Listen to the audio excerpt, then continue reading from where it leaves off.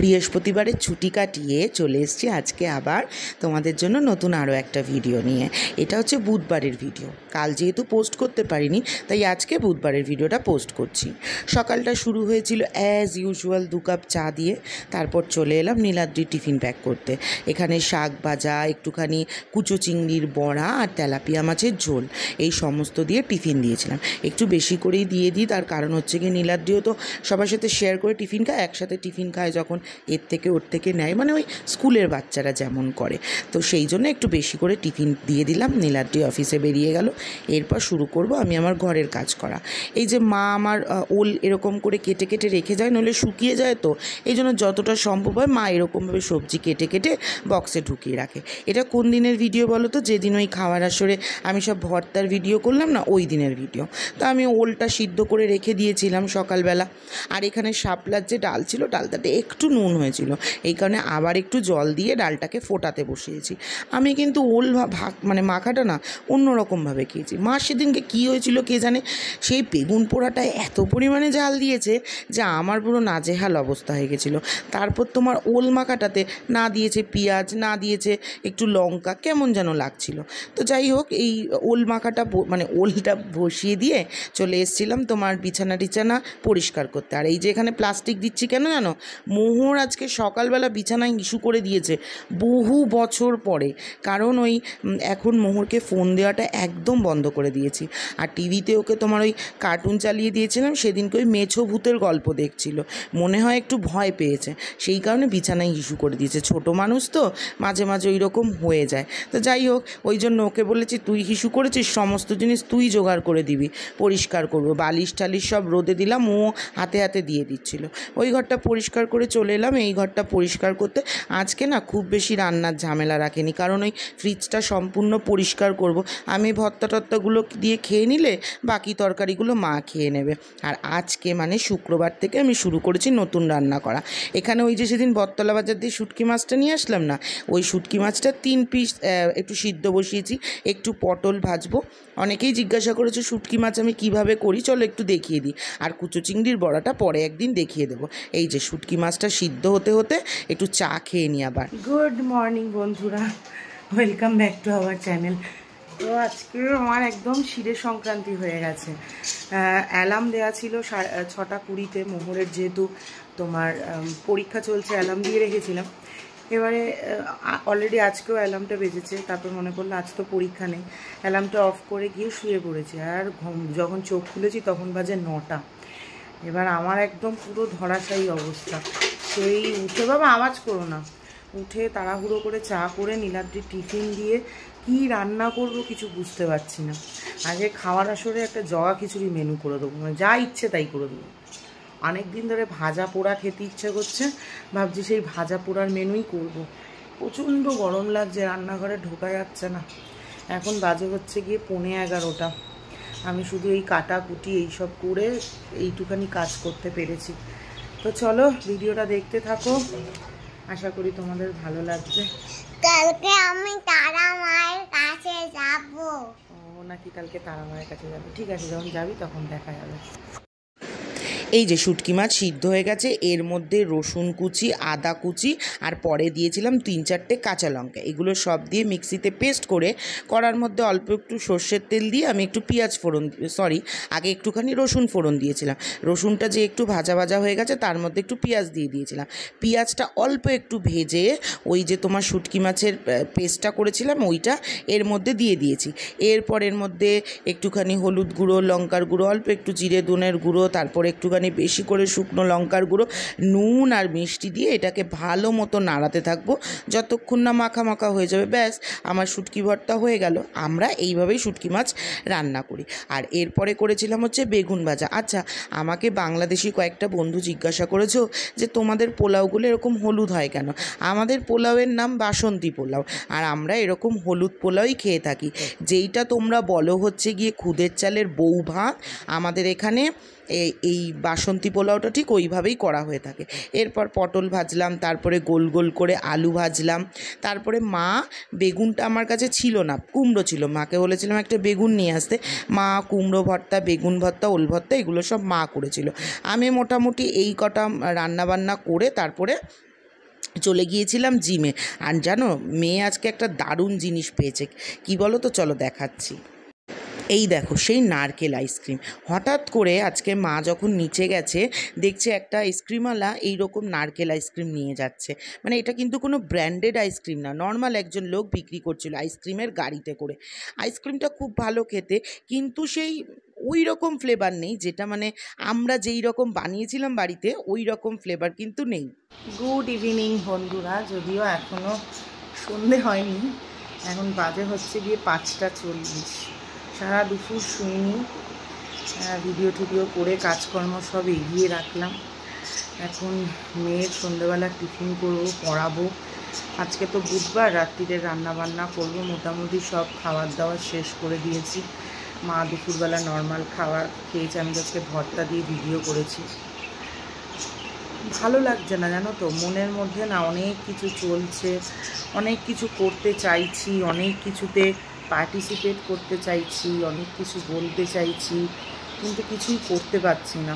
কারণ আমি ফুল বেষ্টিত এলাকায় থাকি, যেখানে দাঁড়িয়ে 2-4 দিন অনেক কিছু পোস্ট করার পরে হয়তো আমি বাকিদের নজরে চলে এসেছি, যার ফলে না নিজেকে অনেকটা সংযত করে নিতে হয়েছে। ওই একটাই কারণ যে বাড়িতে একটা বাচ্চা রয়েছে, আমি নিজের মতো করে থাকি, কিন্তু মনটার মধ্যে না একটা তোলপাড় হচ্ছে। যেখানেই যাচ্ছি সব জায়গায় একই রকম কথাবার্তা, সারাটা দুপুর শুতে পারছি না। একটাই জিনিস মনে হচ্ছে, কন্টিনিউয়াসলি চুপ করে থাকতে থাকতে থাকতে থাকতে একটা সময় গিয়ে আমাদের উপরেও এই জিনিসগুলো আসবে। আর জানি না কী হবে, কী হতে চলেছে, কী পরিবেশ, কী পরিস্থিতির মধ্যে রয়েছি আমরা, সত্যিই জানি না। কিচ্ছু ভালো লাগছে না। সমস্ত কাজ কর্ম দিন যাপন চলছে, সমস্ত কিছু হচ্ছে, কিন্তু মনের মাঝখানে না কোনো একটা জায়গায় এত পরিমাণে চাপা একটা কষ্ট কাজ করছে। প্রত্যেক দিন একই জিনিস বললে আমাকে অনেকে কমেন্ট করেছে, দিদি সারা দিন সারা জায়গায় এই একই জিনিস আমরা দেখছি, আমরা করছি, তোমার ভিডিও দেখতে এসে মাইন্ডটাকে একটু ফ্রেশ করি, তুমি এরকম কিছু বলো না বা এরকম কিছু করো না। কিন্তু হয় না, এক এক সময় এত মনটা খারাপ হয়ে যায় না, ভালো লাগে না। যাই হোক, চলো রান্নাবান্না করি, মোহরের টিফিন বানাই, রাত্রিরের খাবার করি। কাল বৃহস্পতিবার, নীলাদ্রির ছুটি, কিন্তু এখন তো মোহরের পরীক্ষা চলছে। আজ খুব ইচ্ছে ছিল, আজকে আমাদের এখানে একটা রাত দখলের একটা তোমার মিছিল রয়েছে, কিন্তু যেহেতু মোহরের পরীক্ষা আমি সেই কারণে যেতে পারছি না। চলো কাজকর্ম শুরু করি। সন্ধেবেলা হয়তো একা বাড়িতে বসেছিলাম বলেই মনটা খারাপ হয়ে গিয়েছিল। মন খারাপ করলে তো কিছু করার নেই, সমস্ত কাজকর্ম করতে হবে। একটু পাস্তা বানাচ্ছিলাম আজকে। আগের দিন ওই যে মোহর পাস্তাটা ভালো খেয়েছিল না, সেই কারণে খুব এনার্জি পেয়েছি। নিজের সন্তান যখন কোনো কিছু ভালো পছন্দ করে এবং সেই জিনিসটা যখন আবার মায়ের কাছে খেতে চায়, আমার তো মনে হয় আমার মেয়েকে আমি যদি কিছু খেতে দেখি না, আমার মনে হয় জীবনের সবথেকে সুন্দর দৃশ্য আমি দেখছি। কারণ ও তো কিছুই খেতে চায় না এবং খায় না, ওই চিপস চকলেট ওই সব ছাড়া, যদিও ওগুলো সব এখন আস্তে আস্তে দেয়া বন্ধ করা হচ্ছে। এবার এখানে তোমার ডিমটাকে ভুজিয়া মতো করে নিচ্ছিলাম, তারপরে এখানে পাস্তাটা দিয়ে দিয়েছিলাম। আজকে আবার পাস্তাতে আগের দিন চাট মশলা দিয়েছিলাম, চাট মশলার পরিবর্তে আজকে এভারেস্টের একটা চিকেন মশলা ছিল, ওই চিকেন মশলাটা আবার এর মধ্যে একটুখানি অ্যাড করে দিয়েছি। এবার এটাকে বেশ সুন্দর করে ভালো মতো নাড়িয়ে চাড়িয়ে, যেমন আগের দিন এর মধ্যে একটুখানি টমেটো সস দিয়েছিলাম, এরকম টমেটো সস দিয়ে দিয়েছি। আর সত্যি আজকেও পাস্তাটা মোহর বেশ মজা করে খেয়েছে। এই বহুদিন পরে আজকে একবার দিলাম তো খেয়েছে। আবার যদি এটা 2-3 দিন ভালো খেয়েছে বলে দিতে থাকি, তাহলে কিন্তু আর সেটা খেতে চাইবে না, এত ফ্যাচাং। এই যে মোটামুটি রেডি হয়ে গেছে, একটু গোলমরিচের গুঁড়ো দিয়ে দিচ্ছি এর মধ্যে, এরপর একটু টমেটো সস দিয়ে দেবো। মোহরের তো পরীক্ষা, 2-3 দিন ছুটি রয়েছে, এটা একটা অনেক বড় পাওনা। মানে আবার পরীক্ষায় যখন আজকে সাউন্ড দিচ্ছি শুক্রবার, আজকে পরীক্ষা হয়েছে, এরপরে আবার সেই পরীক্ষা সোমবার। সেই 2 তারিখ থেকে পরীক্ষা শুরু হয়েছে, টেনে নিয়ে গেছে 19 তারিখ। একটা প্রেপের বাচ্চা 17 দিন ধরে পরীক্ষা হচ্ছে, এত লম্বা টেনেছে। মোটামুটি 13 তারিখেই পরীক্ষা শেষ, তারপরে ওরাল টোরালগুলো রয়েছে। কিন্তু যতই হোক, পরীক্ষা থাকলে একটা প্রেশার না, এই যে পরীক্ষা টরীক্ষাগুলো রয়েছে বলেই মানে একটুও মানে বেরোতেও পাচ্ছি না কোথাও ঘর থেকে। আবার কোনো জায়গায় জামা কাপড়ও ওর যে একটুখানি কিনবো, ওর জামা কাপড়টা তো কিনতে হবে, সেটা পর্যন্ত যেতে পারছি না। তো এই তো আমার সন্ধেবেলার টিফিনটা করা হয়ে গেছে, এবার যাব সন্ধে দিতে। তারপরে একটুখানি সন্ধে দিলাম মনটা শান্ত করার জন্য। আজ প্রায় প্রায় 2-4 দিন পরে একটু গীতা পড়েছিলাম। আর এখানে তারপর ঘরদোর পরিষ্কার করে এই যে মোহরের টিফিন রেডি হয়ে গেছে, এরপর ওকে টিফিনটা খাওয়াতে খাওয়াতে পড়াতে থাকবো। আজকে আর দুধ ছিল না, এই জন্য লিকার চা করেছি। না, ওই ডায়েট ফাইটের জন্য না, আমি দুধ চা ছেড়ে থাকতে পারবো না। তবে আমি আজকে লিকার চা করেছিলাম। আর আমার চাপ মানে ছাঁকনিটাকে না ইঁদুরে ফুটো করে দিয়েছে, দেখি একটু একটু চা পাতার গুঁড়োও পড়েছে, তবে বেশ ভালোই লাগছিল। এখানে একটু চা আর একটুখানি চিড়ে ভাজা নিয়েছি আমার সন্ধেবেলার খাওয়ার। আর এই যে এখানে দেখো অনেকটা পাস্তা নীলাদ্রির জন্য, মানে ভেবেছিলাম যে ও হয়তো তাড়াতাড়ি একটু চলে আসবে, তো ওর অনেকটাই লেট হয়েছে আসতে, সেই কারণে পাস্তাটুকুনি তুলে রাখলাম। আর আমার একার জন্য আর আলাদা করে কোনো কিছু রান্না করছি না। এই ভাত একটুখানি রয়েছে, একটুখানি ইলিশ মাছ রয়েছে, এইটাই আমি রাত্রিবেলা খেয়ে নেব। আর কি করব, ভেবেছিলাম যে রাত্রিবেলা একটুখানি মানে রুটি আর একটু আলুর দম করব, কারণ রাত্রিবেলার খাবারের সেরকম কিছু ছিল না। কিন্তু এখন নীলাদ্রি ফোন করে বললো ওর একটা জায়গায় নেমন্তন্ন আছে, আর মেয়ে তো পড়াশুনো করে মায়ের বাড়িতে যাচ্ছে 2 দিন ধরে, মেয়ে ওখান দিয়ে রাত্রিরে খেয়ে আসে। আমার একার জন্য আর করে কী হবে, ওই একটুখানি ইলিশ মাছ আছে আর একটুখানি ভাত আছে, ওই রাত্রিরে করে খেয়ে নেব। আর একার জন্য আর কিছু রান্না করলাম না। চলো ঘরদোর পরিষ্কার করবো একটু পরে, এখন একাই বসে রয়েছে ঘরে, বসে বসে কী আর করবো, বিটিএসের ফানি ভিডিওগুলো দেখছিলাম, মাঝে মাঝে একটু নিউজ দেখছি। চলো ঘরদোর পরিষ্কার করি, আবার পরে আসছি। তো এরপরে ঘরদোর সমস্ত কিছু পরিষ্কার করে নিচ্ছিলাম, কারণ মেয়েকে নীলাদ্রি নিয়ে একেবারে বাড়ি আসবে, আর কতক্ষণ একা একা বসে থাকবো, ভীষণ বোর হয়ে যাচ্ছিলাম, ভালোও লাগছিল না। তো তারপরে মোটামুটি 9টা বাজতে যায়, আর আজ তো 9টায় আমাদের সকলের একটা কর্মসূচি ছিল।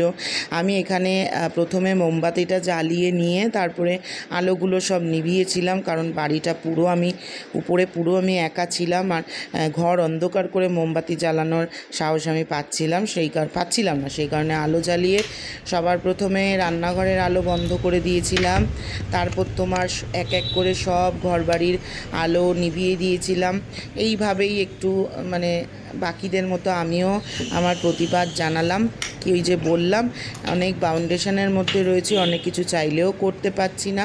তো এরপরে বারান্দার লাইটটা আমার এমনিই কেটে গেছে, তাই আর আলাদা করে বারান্দার লাইট বন্ধ করতে হয়নি।